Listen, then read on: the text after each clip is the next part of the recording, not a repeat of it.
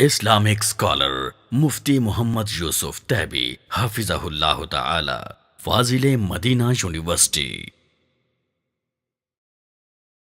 قال الله سبحانه وتعالى: لقد من الله على المؤمنين إذ بعث فيهم رسولا من أنفسهم يتلو عليهم آياته ويزكيهم ويعلمهم الكتاب والحكمة وإن كانوا من قبل لفي ضلال مبين۔ اللہ تبارک و تعالیٰ فرماتے ہیں، اس میں کوئی شک نہیں کہ ہم نے بہت بڑا احسان کیا ہے مومنوں پر کہ ان کی جانوں میں سے ایک رسول بھیجا جو ان پر اللہ تعالیٰ کی آیات کی تلاوت کرتے ہیں، ان کو تعلیم کتاب و حکمت دیتے ہیں اور ان کو کفر سے، شرک سے، نفاق سے، قدورتوں سے، حسد سے، بغض سے پاک کرتے ہیں، اور ان کے آنے سے پہلے وہ واضح قسم کی گمراہی میں تھے۔ رسول اللہ صلی اللہ علیہ وسلم کی بعثت کو اللہ تعالیٰ بہت بڑا احسان قرار دے رہا ہے۔ تو جب اللہ تعالیٰ اس کو بہت بڑا احسان مانتا ہے تو پھر اس میں کوئی شک نہیں کہ وہ بہت بڑا احسان ہے۔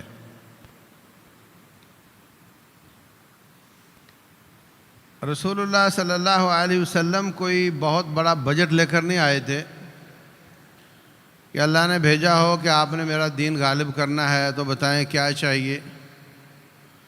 تو کہیں جناب اتنی بڑی فوج اور اتنے ایکوپمنٹ چاہیے، اتنا اسلحہ چاہیے، اتنے گھوڑے چاہیے اور اتنے لوگ ہوں اور اتنا پیسہ ہو تو میں اس دین کو غالب کر سکتا ہوں۔ آپ تنہا تشریف لائے ہیں، خالی ہاتھ، اور آ کر کے لوگوں کو اسلام کی دعوت دی۔ آسمان سے وحی آئی، آپ نے وحی کی اتباع کی، جیسے جیسے رب فرماتا گیا وہ عمل کرتے گئے۔ جو اللہ تعالیٰ نے حکم دیا اس کی پیروی کی، جس سے منع کیا اس سے رک گئے، جو شریعت دی اس کو آگے پہنچایا، اس میں اضافہ نہیں کیا، اور جو آسمان سے آیا اس میں کمی نہیں کی، بلکہ اس کو ایز اٹ از آگے پہنچا دیا، اور جو کسی کو بتایا اس پر عمل کر کے دکھایا، جو بات کی اس کو اپنے عمل سے ثابت کر کے دکھایا۔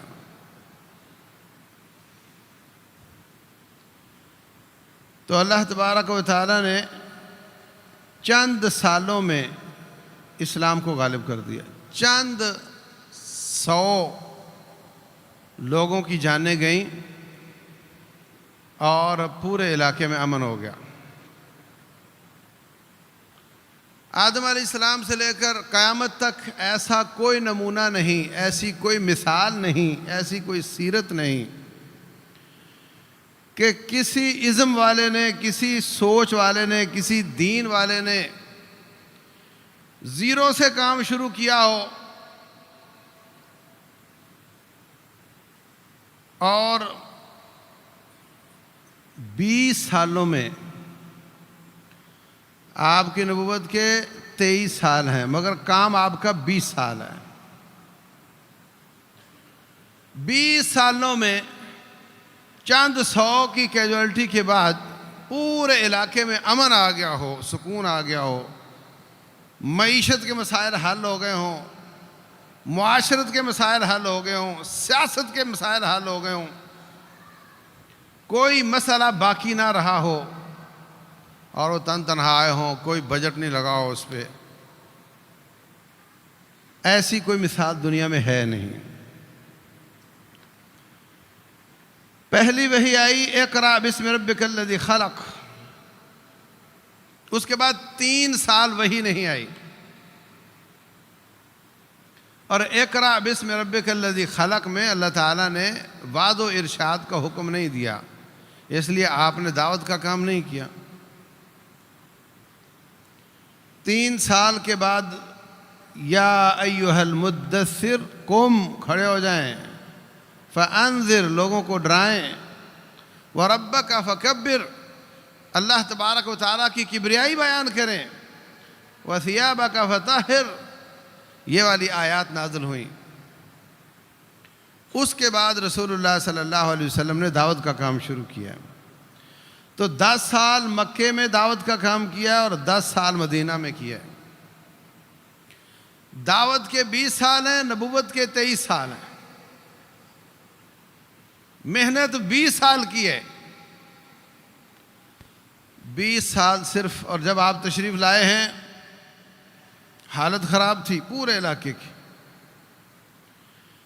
جہاں جہاں شاہراہیں تھیں وہاں پہ جو جو آباد تھا اس نے اپنا بیریئر لگایا ہوتا تھا، جس کو چاہیں گزرنے دیں، جس کو چاہیں نہ گزرنے دیں۔ کچھ لوگ آئے رسول اللہ صلی اللہ علیہ وسلم کے پاس تو کہنے لگے، حضرت ہمارے اور آپ کے بیچ میں بنو مضر قبیلہ وہ آباد ہے اور وہ ہمیں آپ تک پہنچنے نہیں دیتے، ہم صرف حرمت والے مہینوں میں آ سکتے ہیں، سال میں حرمت والے مہینوں میں آ سکتے ہیں، اس کے علاوہ ہم کوئی کہیں جا نہیں سکتے۔ کبھی کبھی روڈ بلاک ہو جاتا ہے، مظاہرے ہو جاتے ہیں، پورا نظام غلط ہو جاتا ہے، ایمبولینسیں رک جاتی ہیں، بیمار فوت ہو جاتے ہیں، اور ان کا سارا سال بلاک رہتا تھا، صرف حرمت والے مہینوں میں جا سکتے تھے۔ 4 مہینوں کا احترام کرتے تھے، باقی سارا سال 8 مہینے ان کی چلتی تھی، نہ سفر ہو سکتے ہیں، نہ تجارتیں ہو سکتی ہیں۔ سیاست اس حساب سے تھی کہ ہر قبیلے کا اپنا سربراہ ہے، وہی بادشاہ ہے، وہ کسی کی نہیں مانتا، اگر کوئی منوانا چاہتا ہے تو لڑائی ہوتی تھی، پھر لڑائی چلتی تھی 40 سال۔ چھوٹی سی بات پر چنگاری بڑک اٹھی، اب چلتی رہے گی، کچھ ان کے مارے گے، پھر ان کے مارے گے، پھر ان کے مارے گے، اور مسلسل چلتی رہتی، خاندان تباہ ہو جاتے ہیں۔ معاشرت ان کی کیسی تھی؟ معاشرت ان کی ایسی تھی کہ شادی کا کوئی خاص سسٹم نہیں تھا، چند شریف لوگ تھے جو شادی جس طرح آپ سمجھتے ہیں اس طرح کی شادی کرتے تھے، ورنہ بھیڑ بکریوں والا حساب چلتا تھا، بھیڑ بکریوں والا حساب چلتا تھا، بیل گائے والا حساب بھی چلتا تھا، گدھوں گھوڑوں والا بھی چلتا تھا۔ پورے گاؤں میں 1-2 گھوڑے رکھے ہوتے ہیں، 1-2 بیل رکھے ہوتے ہیں اس کام کے لیے، یہ سسٹم بھی چلتا تھا۔ اور کھلے عام فحاشی بھی چلتی تھی، اور بعد میں قیافہ شناس آتا اور بتاتا کہ بچہ کس کا ہے۔ کوئی ان کو آر نہیں تھی اس میں۔ شراب عام تھی، حرم پاک کا احترام تو کرتے تھے، مگر احترام اس طرح کا تھا کہ حرم پاک کو بنانے میں بھی حلال کمائی چاہیے۔ نبی صلی اللہ علیہ وسلم کی بعثت سے چند سال پہلے کعبۃ اللہ کو بنایا تو حلال کی کمائی کم پڑ گئی، تو کہا حرام کا اس میں کوئی پیسہ نہیں لگے گا، لہذا کعبہ چھوٹا کر دو، تو کعبہ چھوٹا کر دیا۔ اس وقت جس طرف گلائی ہے اس طرف تقریباً 3 صفحے کعبۃ اللہ کا حصہ ہیں، اور اس کے 2 دروازے ہوتے تھے، کبھی غلاف اترا ہوا ہو تو اللہ آپ کو لے جائے، جو دروازہ موجود ہے اس کے سامنے ناک کی سیدھ پر جائیں تو جس دیوار سے ٹکرائیں گے وہاں دروازہ تھا، ابھی بھی انہوں نے اس کے دروازے کا نشان رکھا ہوا ہے۔ 2 دروازے تھے اور بنیاد نیچے تھی، سیڑھی کی ضرورت نہیں ہوتی تھی، لیکن انہوں نے کہا کہ جو چاہتا ہے اس کے اندر آ جاتا ہے. اس کی بنیاد اونچی رکھو تاکہ سیڑھی چاہیے ہو, سیڑھی ہمارے پاس ہوگی تو ہماری مرضی کے بغیر کوئی اس میں نہیں جائے گا. دروازہ ایک کر دیا اور 3 صفیں ایک طرف سے کم کر دی.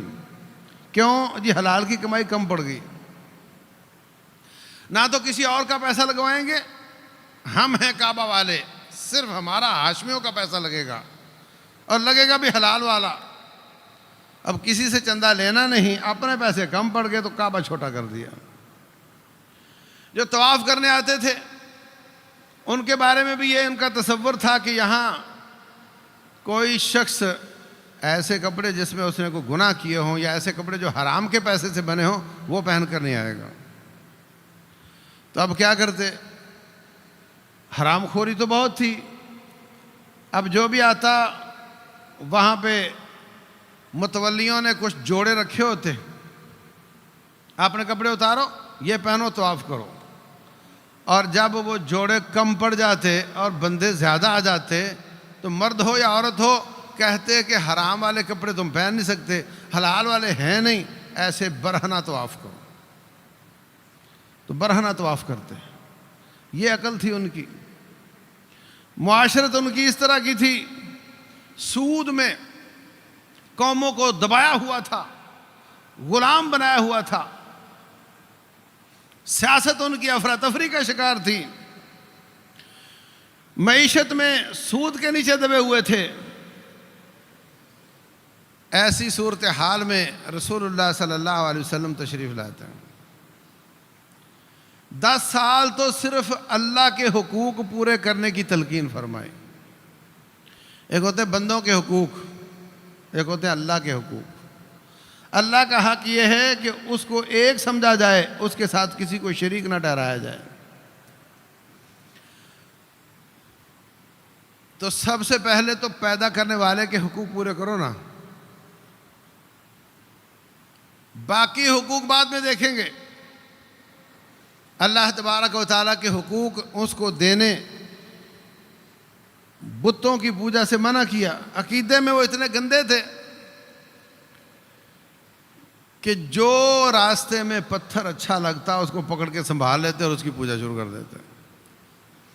آگے چلتے چلتے کوئی اس سے اچھا نظر آیا تو اس کو پھینک دیتے, اس کی شروع کر دیتے. اگر کوئی پتھر ساتھ نہیں ہے تو گدھے گھوڑے نے پیشاب کیا, اس کے ساتھ مٹی کو گیلا کیا اور اس میں اس کے ساتھ ایک بت سا بنا لیا, وہاں اس کی پوجا کر لی, پھر آگے نکل گئے. غیرت مند بہت تھے, مگر غیرت ان کی کس طرح کی تھی کہ میرے ہاں بچی پیدا ہو گئی ہے اور یہ بچی جوان ہوگی تو پھر شادی کرنی پڑے گی, تو میری بچی کسی کے گھر جائے گی, میری بچی اس کے گھر جا کر ان کے کام کرے گی. میں یہ پسند نہیں کرتا, لہذا بچی کو زندہ گڑھے میں ڈال کر اوپر مٹی ڈال دیتے تھے. یہ ان کی عقل تھی. یعنی ایک سے ایک بیماریاں, ایک سے ایک قباحتیں, بری حالت تھی. جب رسول اللہ صلی اللہ علیہ وسلم تشریف لائے, آپ نے آتے ہی فرمایا, لوگوں قولوا لا الہ الا اللہ, لا الہ الا اللہ کہہ دو تفلحوا, کامیاب ہو جاؤ گے.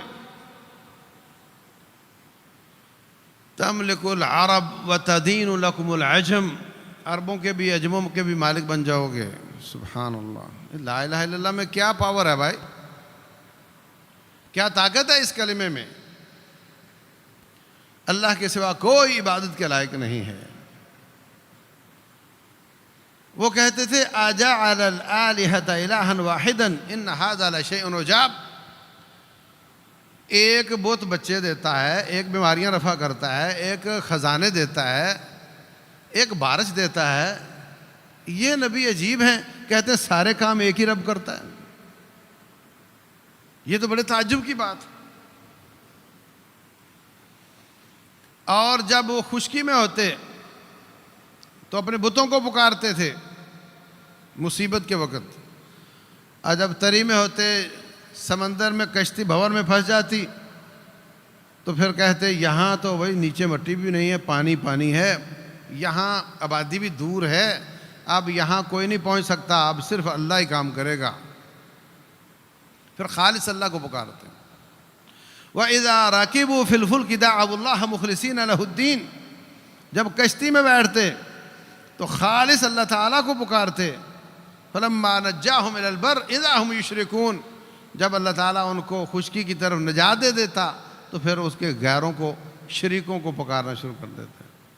اللہ فرماتے ہیں کیا تم بے خوف ہو گئے ہو کہ ایک طوفان آئے اور تمہیں اڑا کر کے دوبارہ دریا سمندر میں لے جائے؟ کیا تم اس بات سے بے خوف ہو گئے ہو کہ اللہ تعالیٰ اس مٹی کو اجازت دے اور وہ تمہیں اپنے پیٹ میں لے جائے، تم نیچے دھنس جاؤ؟ تم سمجھتے ہو کہ مٹی کے اوپر ہم محفوظ ہیں اور پانی کے اوپر ہم غیر محفوظ ہیں، اور مٹی کے اوپر بہت کام کریں گے اور پانی کے اوپر صرف اللہ ہی کو پکارا جائے گا؟ آپ تو کہیں بھی محفوظ نہیں ہو، ہر جگہ پہ ہماری مہربانی سے ہی جی رہے ہو۔ تو رسول اللہ صلی اللہ علیہ وسلم نے مکارم اخلاق کا سبق دیا۔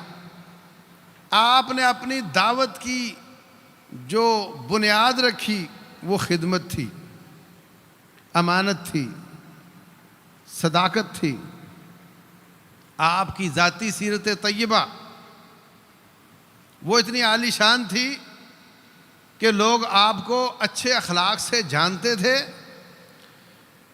اس شہرت پر اپنی دعوت کی بنیاد رکھی کہ جب تم دنیاوی حساب سے میری قدر کرتے ہو، اپنے جھگڑوں میں مجھے ثالث مانتے ہو اور میری صداقت و امانت یہ آپ کے بیچ میں معروف ہے، تو جب میں وہاں سچا ہوں تو اس دعوے میں بھی سچا ہوں کہ مجھے اللہ تعالیٰ نے اپنا رسول بنا کر بھیجا ہے۔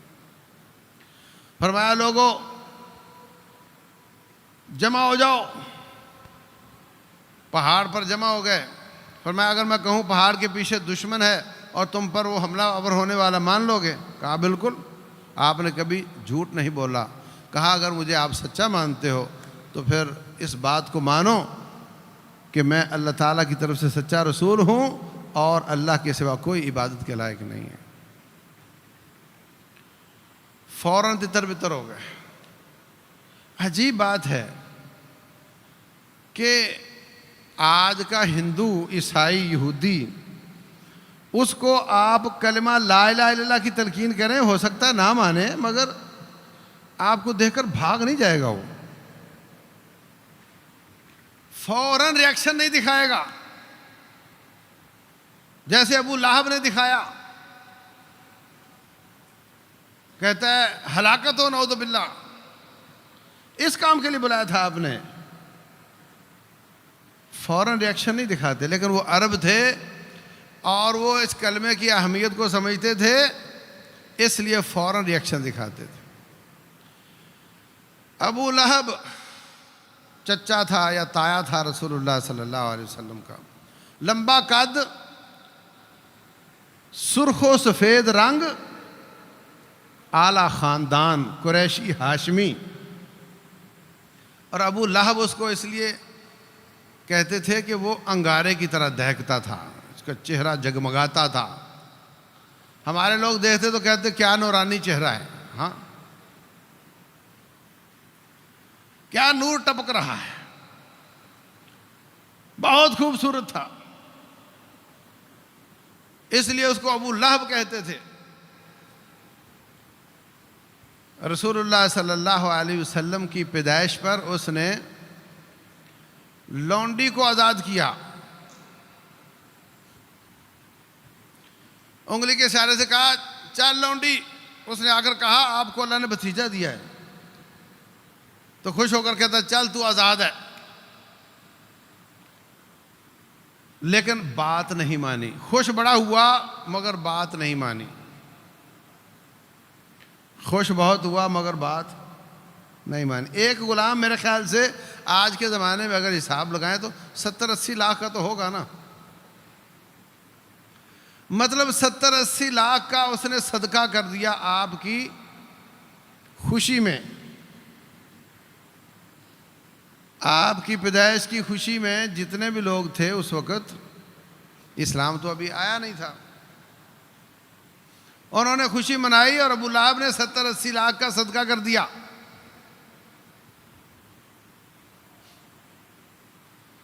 مگر بات نہیں مانی. اللہ تعالیٰ نے اس کی مذمت میں سورت نازل کی، تبت یدا ابی لہب وتب، قرآن کی سورت. جگہ جگہ پیچھے پیچھے جاتا تھا ظالم اور لوگوں کو کہتا تھا بات سن لی ان کی آپ نے؟ جی سن لی ہے. تو کہا یہ میرا بھتیجا ہے نعوذ باللہ، اس کا سائیکی کا مسئلہ ہے، اس کی بات پہ یقین نہ کرنا. میں جانتا ہوں، میں نے ان کی، جس طرح ہمارے لوگ کہتے ہیں نا میں نے اس کی پوٹیاں دھوئی ہوئی ہیں، میں اس کو اچھی طرح جانتا ہوں، اس کی بات کا یقین نہ کرنا. نعوذ باللہ. پیچھے پیچھے پھرتا، اتنا حریص تھا کفر پر کہ تلاش کر کر کے جہاں آپ تشریف لے جاتے پیچھے پہنچ جاتا، ان کو جا کر گمراہ کر دیتا. جب وہ مرا تو اس کے بعد اس کے کسی رشتہ دار کو خواب آئی، اس نے اس کو دیکھا کہ وہ جہنم میں ہے. اس کو پوچھا کہ سنا کیا حال ہے تیرا؟ کہتا میں آگ میں جلتا ہوں اور یہاں تو پانی بھی بڑا گرم ملتا ہے، لیکن وہ انگلی جس کے ساتھ میں نے لونڈی کو آزاد کیا تھا وہاں سے مجھے رزق دیا جاتا ہے. اچھا بھائی، تو کیا مطلب اس کا؟ پہلی بات تو یہ کہ یہ بات خواب کی ہے، یہ کوئی حدیث نہیں ہے. اور خواب جس کو آئی ہے وہ بھی اس وقت مسلمان نہیں تھے بظاہر. اور راوی اس کا ابو جہل ہے. جس روایت میں ابو جہل آ جائے گا روایت صحیح ہوگی، ہاں، اور جس روایت میں ابو لہب آ جائے گا وہ روایت صحیح ہوگی. وہ کہہ رہا ہے نا کافر ہے نا، جھوٹا ہے، تو اس کی روایت کیسے صحیح ہو گئی؟ ہو سکتا ہے جھوٹ بول رہا ہو، اس کو ایسا نہ مل رہا ہو، جھوٹ بول دیا اس نے. دوسری بات یہ کہ خوابوں سے شریعت ثابت نہیں ہوتی. اور تیسری بات یہ ہے کہ کہنا وہ یہ چاہ رہا ہے کہ نبی صلی اللہ علیہ وسلم کی پیدائش پہ خوشی کرو، صدقے واری جاؤ اور صدقہ خیرات بھی کرو، 70-80 لاکھ روپیہ بھی لگا دو، تو جب تک بات نہ مانو جہنم سے نہیں بچ سکتے. اس کی حالت یہ بتا رہی ہے نا، اس کی باڈی لینگویج یہ کہہ رہی ہے کہ جب تک ان کی بات نہ مانو، ان کی اتباع پیروی نہ کرو، بات نہیں بنے گی. خوشی بھی منا لو، صدقے بھی کر لو، لیکن جانا آگ میں ہی پڑے گا. یہ ثابت ہوتا ہے اس سے. اب ہمارے مسلمان اس سے یہ ثابت کرنا چاہتے ہیں کہ دیکھو جی خوشی منانے کا فائدہ ہوتا ہے. خوشی منانے کا فائدہ تو پھر یہ ہونا چاہیے تھا کہ وہ آگ میں نہ جاتا، جانا تو اس کو آگ میں پڑا. تو ثابت ہوا جو صرف خوشی منائے اور بات نہ مانے اس کو خوشی منانے کا فائدہ نہیں بلکہ اتباع نہ کرنے کا نقصان ہوگا. تو میرے عزیز بھائیوں، مختلف قسم کی دلیلیں بنا بنا کر پیش کی جاتی ہیں. اللہ فرماتے ہیں وَبِذَلِكَ فَلْيَفْرَحُوا، نعمتوں پر خوش ہونا چاہیے. تو کہاں لکھا ہے کہ فلاں ڈیٹ کو ہونا چاہیے؟ 1 مہینہ پہلے وہ نعمت نہیں تھی، اس ڈیٹ کو خوش ہونا ہے. صحابہ کرام نبی صلی اللہ علیہ وسلم کی تشریف آوری پر خوش ہو رہے تھے، بیٹھے بولے دیکھو محفل میلاد منا رہے تھے. تو کیا 12 تاریخ تھی؟ وہ 12 تاریخ تھی. سارا سال آپ کی بعثت کا تذکرہ کرو، سارا سال آپ کی سیرت کو پڑھو اور پڑھاؤ، سارا سال اس کی روشنی میں اپنی زندگی گزارو. یہ ہے مطلوب شریعت اسلامیہ میں. عقل شکل ہندوؤں سے ملتی ہو، عورت فلمی ایکٹروں جیسے لباس پہن کر بولے میں میلاد منانے کے لیے آئی ہوں. لا حول ولا قوت الا باللہ، یہ گستاخی ہے اور یہ بہت بڑا مذاق ہے کہ ڈھول کی تاپ پر گدھے گھوڑے سجا کر بے حیائی والا لباس پہن کر عورتیں باہر آئیں، مردوں کی شکلیں عقلیں ہندوؤں سے ملتی ہوں اور کہیں جی ہم آپ کا دن منانے کے لیے آئے ہوئے ہیں۔ اگر آپ کو رسول اللہ صلی اللہ علیہ وسلم سے محبت ہے تو ان کی صورت مبارک سے محبت کر۔ دل تیرا یہ ہے کہ تجھے ان کی صورت مبارک پسند نہیں اور تم میلاد منانے کے لیے آ گئے، تو ہندوؤں کی شکل میں مرنا چاہتا ہے۔ دیکھو نا، جس شکل میں ہو اسی میں مرو گے نا، موت تو کسی وقت بھی آ سکتی ہے۔ اور جب موت آ جاتی ہے تو پھر گھر والے جلدی میں ہوتے ہیں، وہ کہتے ہیں جلدی کرو۔ کوئی یہ تکلف نہیں کرے گا کہ آپ کو کوئی ایسی شکل بنا دے کہ کوئی بال پلانٹ کر کے کوئی آپ کی شکل کوئی صحابہ کرام جیسی کر کے آپ کو قبر میں اتارا جائے، ایسا کچھ نہیں ہوگا۔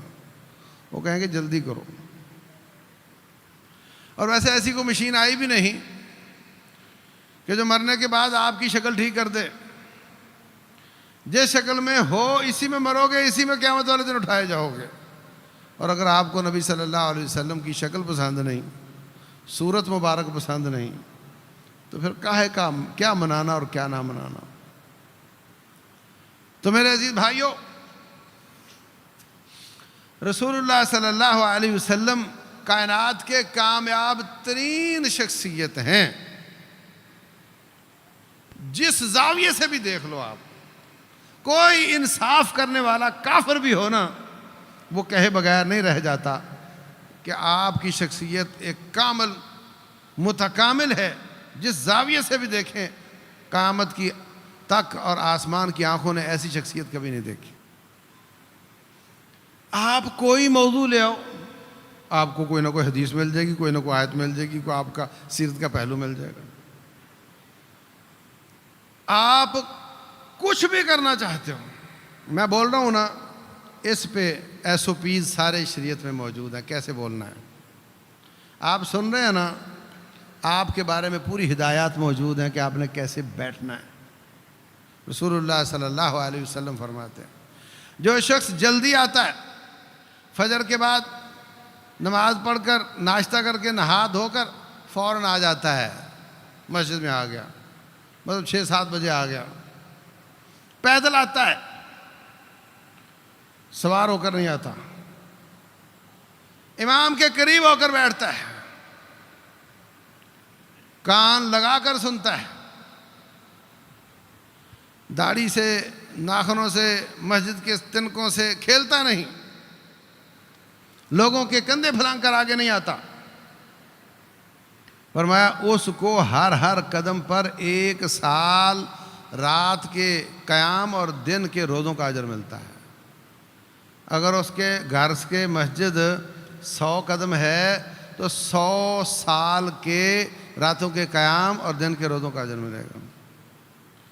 اگر اس کا گھر مسجد سے 200 قدم پر ہے تو 200 سال راتوں کے قیام اور دن کے روزوں کا اجر ملے گا۔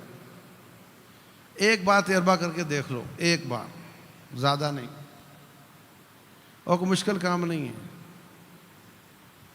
تو میرے عزیز بھائیوں، آپ کے یہاں بیٹھنے کا طریقہ کار میرے مصطفیٰ نے بتایا صلی اللہ علیہ وسلم۔ فرمایا دونوں گھٹنے پکڑ کے بعد بیٹھو، ایک گھٹنا پکڑ سکتے ہو، دونوں نہ پکڑو۔ یہ جمعہ ہے، یہ جلسہ نہیں ہے۔ اور فرمایا چپ رہو، بولو نہیں، جو کسی سے بات کرتا ہے اس کا خطبے کا اجر ضائع ہو جاتا ہے۔ یہ سب طریقے بتائے ہوئے ہیں۔ آپ مسجد میں آئے، کون سا قدم آگے کون سا پیچھے، وضو کیا، وضو کا کیا طریقہ ہے، واش روم گئے، کون سا قدم آگے کون سا پیچھے، وہاں کیسے استنجا کے طریقے کیسے کیسے ہو سکتا ہے، لباس پہنا ہے، لباس کے پورے آداب، مطلب کون سا زاویہ ہے جس میں رسول اللہ صلی اللہ علیہ وسلم نے ہمارے لیے ہدایت نہ چھوڑی ہو۔ کوئی تجارت کا، معیشت کا، معاشرت کا، سیاست کا، اقتصاد کا، رہن سہن کا، غمی خوشی کا، رات دن کا ایسا کام نہیں، ایسی کوئی عبادت نہیں، ایسا کوئی قول نہیں، ایسا کوئی فعل نہیں جس میں رسول اللہ صلی اللہ علیہ وسلم خاموش ہوں کہ اپنی مرضی کر لیا کرو۔ اتنی ایسے رہبر کامل ہیں، اور ان کی سیرت کو پڑھنا اس لیے بھی ضروری ہے کہ جب تک ان کی ایتھینٹسٹی نہ مانی جائے، نہ قرآن کو مانا جا سکتا ہے، نہ سنت مصطفیٰ کو مانا جا سکتا ہے صلی اللہ علیہ وسلم۔ آپ کے ہونٹ مبارک ہلتے تھے تو آیت نکلتی تھی، وہ فرماتے تھے یہ آیت ہے تو ہم مان لیتے وہ آیت ہے، وہ فرماتے یہ آیت نہیں، ہم کہتے ہیں جی آیت نہیں۔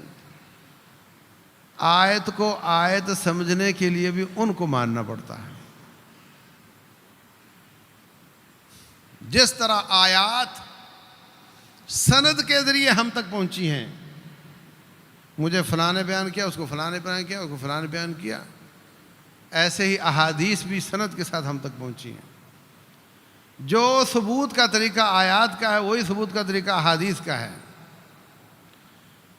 اس لیے رسول اللہ صلی اللہ علیہ وسلم کے فرمانے پر ہم نے قرآن کو قرآن مان لیا، ان کے فرمانے پر ان کے فرمان کو کیوں نہیں مانتے؟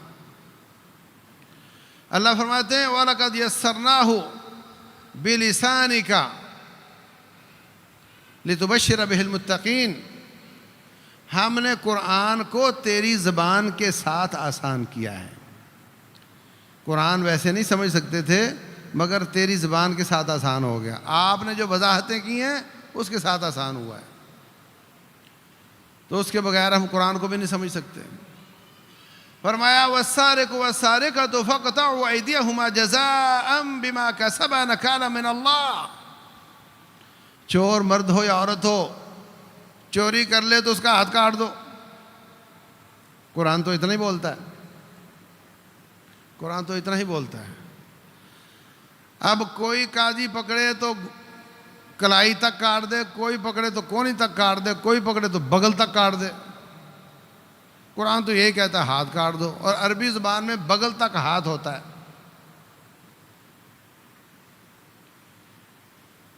تو کس کی بات سمجھی جائے گی؟ اور پھر کوئی قاضی 10 روپے پر کاٹ دے، کوئی 20 روپے پر کاٹ دے، کوئی 10,000 پر کاٹ دے۔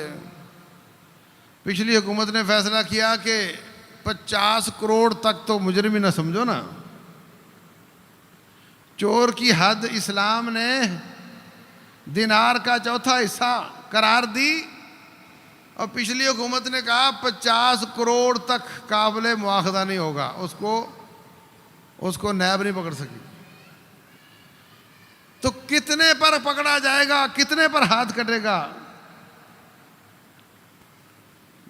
10 روپے پر ہاتھ کاٹ دو گے؟ 10,000 پہ کاٹو گے؟ یہ سب باتوں کے، سب سوالوں کے جواب رسول اللہ صلی اللہ علیہ وسلم دیں گے۔ اس لیے اس آیت کو بغیر سنت مصطفیٰ سے آپ سمجھ نہیں سکتے۔ اللہ فرماتے ہیں نماز قائم کرو، سجدہ کرو، قیام کرو، رکوع کرو۔ کون بتائے گا کہ جھک جانے کا نام رکوع ہے؟ کون بتائے گا کہ ٹانگیں اوپر ماتھا زمین پر ہو تو سجدہ کہلاتا ہے؟ کون بتائے گا کہ سجدے میں کیا پڑھنا ہے؟ کون بتائے گا رکعات کتنی ہوں گی؟ کون بتائے گا اوقات کون کون سے ہوگے؟ قرآن تو سب باتوں میں خاموش ہے، وہ یہ فرماتا ہے کہ نماز پڑھا کرو۔ نماز کس کو کہتے ہیں یہ کون بتائے گا؟ فرمایا خذوا عنی مناسککم، میرے ساتھ حج کرو اور اچھی طریقے سے حج کا طریقہ سیکھ لو۔ قرآن تو موٹی موٹی باتیں بتاتا ہے، جاؤ عرفات سے واپس آؤ، مشعر حرام کے پاس آؤ، لیکن یہ پورا طریقہ یہ رسول اللہ صلی اللہ علیہ وسلم کی سیرت آپ کو بتاتی ہے۔ اس لیے دین کو سمجھنا ہے تو سیرت مصطفیٰ کو سمجھنا ضروری ہے صلی اللہ علیہ وسلم. اور آپ فرماتے ہیں یعلمہم الکتاب والحکمہ ویزکیہم، وہ کتاب و حکمت سکھاتے ہیں اور پاک کرتے ہیں. تو جس نے اپنے آپ کو پاک کرنا ہے، جس نے کتاب و حکمت سیکھنی ہے، اس پر لازم ہے کہ وہ سیرت کو پڑھے. بعض زاویے ایسے ہیں جن میں سیرت کی اہمیت ساری شریعت سے بڑھ جاتی. مثلا رسول اللہ صلی اللہ علیہ وسلم ہر جگہ ہر وقت موجود رہتے تھے. یہ عقیدہ ہے پاکستان کے مسلمانوں کا، بہت زیادہ مسلمانوں کا. ہر جگہ ہوتے تھے، ہر وقت ہوتے تھے، اور وہ کہتے ہیں اب بھی ہر جگہ موجود رہتے ہیں. اس کی کوئی دلیل نہیں. رسول اللہ صلی اللہ علیہ وسلم کا اور اللہ تعالیٰ کا علم برابر ہے، نعوذ باللہ. یہ بھی بہت زیادہ مسلمانوں کا عقیدہ ہے کہ وہ ہر چیز کو جانتے ہیں، نعوذ باللہ. اچھا، تو ہم کوئی دلیل پیش کریں گے قرآن سے، کوئی حدیث سے حدیث بیان کریں گے کہ رسول اللہ صلی اللہ علیہ وسلم نے فرمایا کہ 5 چیزیں اللہ کے سوا کوئی نہیں جانتا، اور قرآن کہتا ہے ان اللہ عنده علم الساعة وينزل الغیث ويعلم ما في الارحام، یہ چیزیں صرف اللہ جانتا ہے. تو اس طرف سے بھی کوئی نہ کوئی آیت حدیث آ جائے گی اور عام آدمی پریشان ہو جائے گا.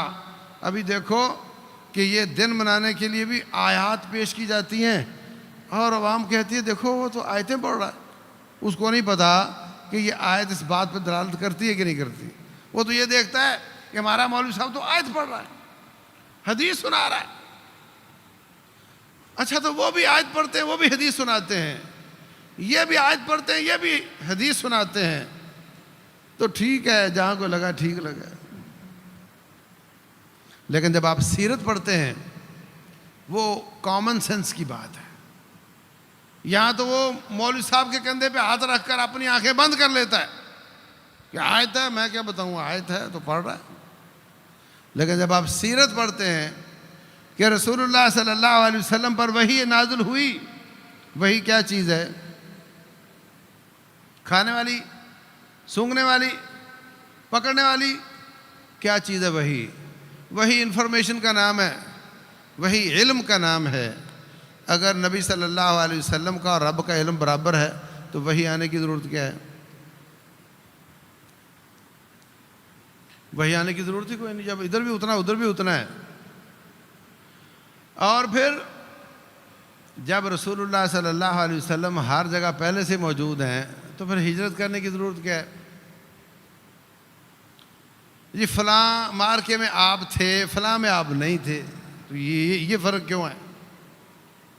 ہر مارکے میں تھے. پھر تو سیرت پڑھنے سے جو بات سمجھ آتی ہے وہ زیادہ کلیئر ہوتی ہے.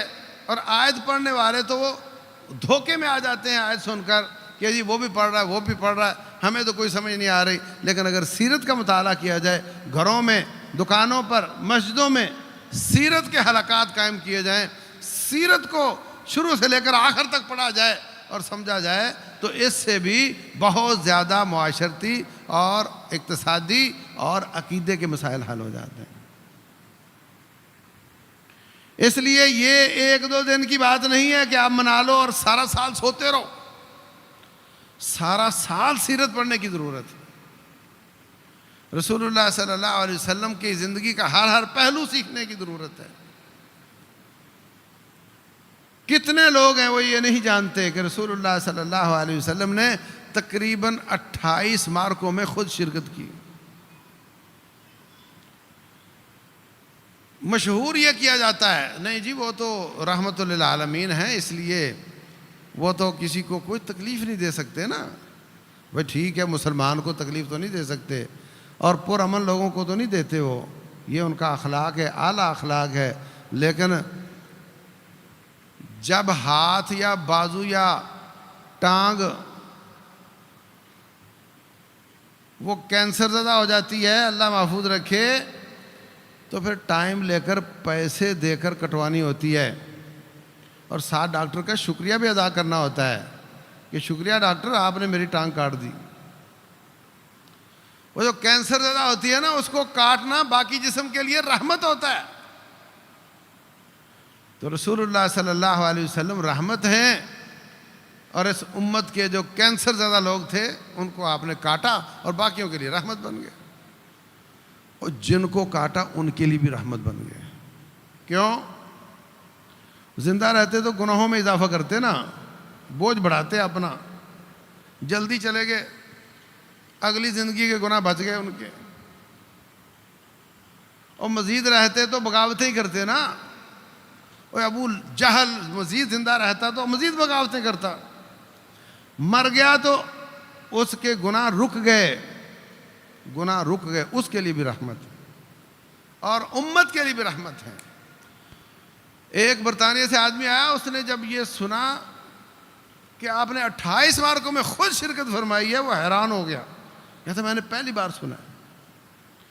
ایک جگہ پر میں نے دعا کی اور اس میں دعائے قنوت نازلہ پڑھ دی کہ اللہ مسلمانوں کی مدد فرما، مظلوموں کی مدد فرما، ظالموں کو نیست و نابود کر، ان کے گھروں کو تباہ برباد کر دے، اللہم دمر دیارہم ومزق جمعہم وخرب بنیانہم، ان کی جڑ اکھاڑ دے۔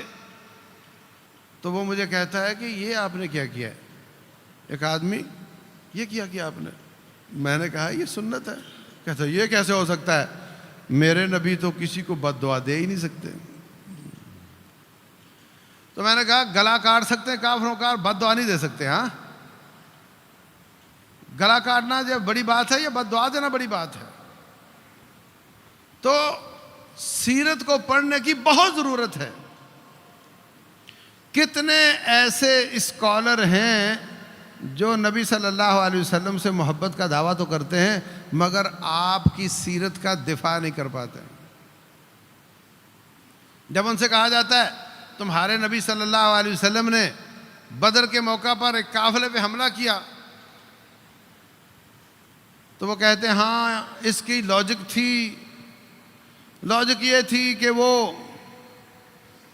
مہاجرین کے چھوڑے ہوئے مالوں سے قافلہ تیار ہوا تھا، تو آپ نے پیسے واپس لینا اخلاقی جواز بنتا تھا۔ اچھا، وہ کہتے ہیں جب تو پھر بعد میں خیبر پہ حملہ کیوں کیا؟ تو وہاں پریشان ہو جاتے ہیں۔ کیسا مسلمان ہے کہ اپنے نبی کی سیرت کا دفاع نہیں کر سکتا؟ ویسے اس کو وہ صدقے واری بھی جاتا ہے، قربان بھی جاتا ہے، مگر نبی صلی اللہ علیہ وسلم کی سیرت طیبہ انکار بھی نہیں کر سکتا کہ آپ نے خیبر پہ حملہ نہیں کیا، اور اس کو اون بھی نہیں کر سکتا۔ یاد رکھو اللہ تبارک و تعالی خالق ہے سب کا، کافر مسلمان سارے رب کی مخلوق ہیں۔ مسلمان رب کی مانتے، کافر رب کی بغاوت کرتے ہیں۔ اللہ اپنی پارٹی سے ان کی ٹھکائی کرواتا ہے، کبھی فرشتوں سے کرواتا ہے، کبھی اپنے نیک بندوں سے کرواتا ہے۔ وہ اللہ کی پارٹی ہے، دوسری شیطان کی پارٹی ہے۔ اور رب رحمان ساری کائنات کو پیدا بھی کرتا، ان کو کھلاتا پلاتا بھی ہے، ایسا ہی ہے نا؟ تو جو کھلاتا پلاتا بھی ہو، پیدا بھی کرتا ہو، بیماریاں بھی وہی رفع کرتا ہو، ہر چیز ہی وہ کرتا ہو، اس کا حق ہے کہ اس کی وہ بات مانے۔ تو جو نہیں مانتے اس کی پٹائی کر دیتا ہے، تو اس میں کیا لاجک چاہیے آپ کو؟ آپ اپنے نافرمان بچے کی پٹائی نہیں کر دیتے، آپ تو اس کو گھر سے نکال دیتے ہو، رب اس کو گھر سے نہیں نکالتا، رب اس کی روٹی بند نہیں کرتا، مگر وہ چاہتا ہے کہ میرا دین غالب ہو، میرے بندے میری بات مانے۔ یہ ایک ہی لاجک کافی ہے کہ اللہ تعالیٰ خالق ہے، اس کا حق ہے کہ اس کی بات مانی جائے، جو نہیں مانتا اس کو سزا خود دے دے، یا فرشتوں سے دلوا دے، یا مسلمانوں سے دعا دے، قاتلوہم